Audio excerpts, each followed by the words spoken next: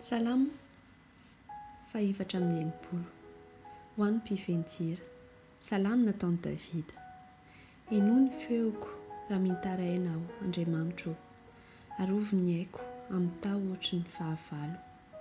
Afeno aho sy ho azo ny firaisa tetiky ny ratsy fanahy sy ny fitabatabany mpanao ratsy, izay mandranitra ny lelany ho tahaka ny sabatra, ka mikendry mandefa ny zana-tsipikany dia teny mangidy, mba hitifitra mangingina ny mahitsy.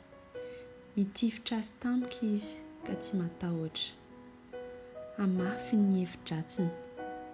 Mifampitaona hanao fandry totofana izy ka manao hoe iza no ahita izany?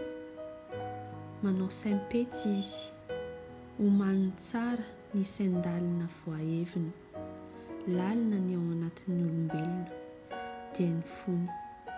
Mitifitra azy Andriamanitra, tampoka toy ny fiantefan'ny zana-tsipika no fahavoazany.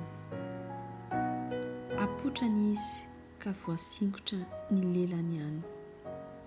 Mandositra izay rehetra mahita azy, dia matahotra ny olona rehetra ka manambara ny ataon'Andriamanitra sady mandinika tsara ny asany. Mifaly amin'Andriamanitra ny marina ka mialoka aminy. Eny, mifaly tena ny mahitsy fo rehetra.